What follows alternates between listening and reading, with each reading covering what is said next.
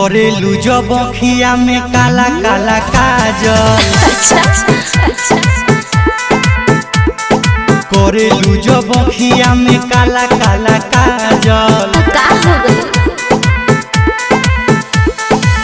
रूप के कटीन तोहर पहले बापागल।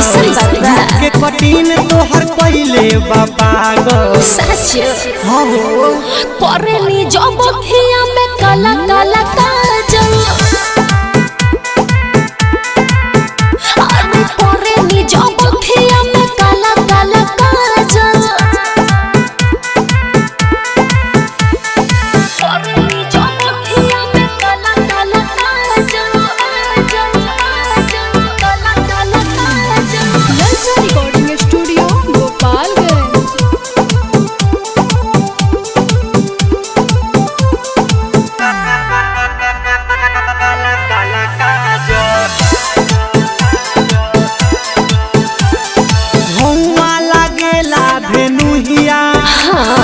केसिया लागेला बदरिया।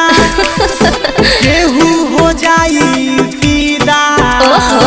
गोरी हो तोहरा उपरिया।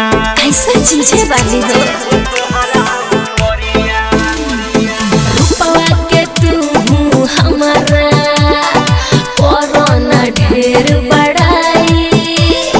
परवाज फेर में जाती रतिया में नींद न आई।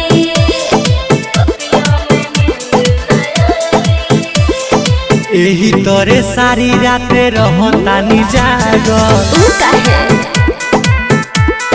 ए बाबा करेली जब अखिया में काला काला काजल।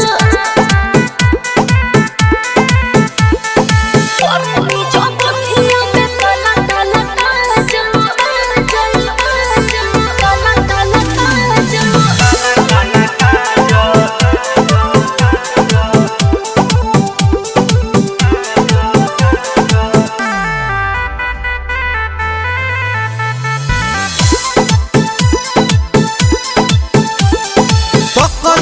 तू मुस्का के हो गई मन के बेचैनी बढ़ल।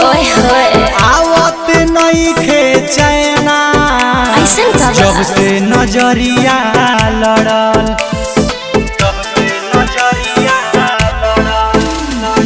परदेसी पिया सुनो दोना हमर तू दोष हो। अरे ना हो अखिया के देखो हरकत हो गइल मद होश हो।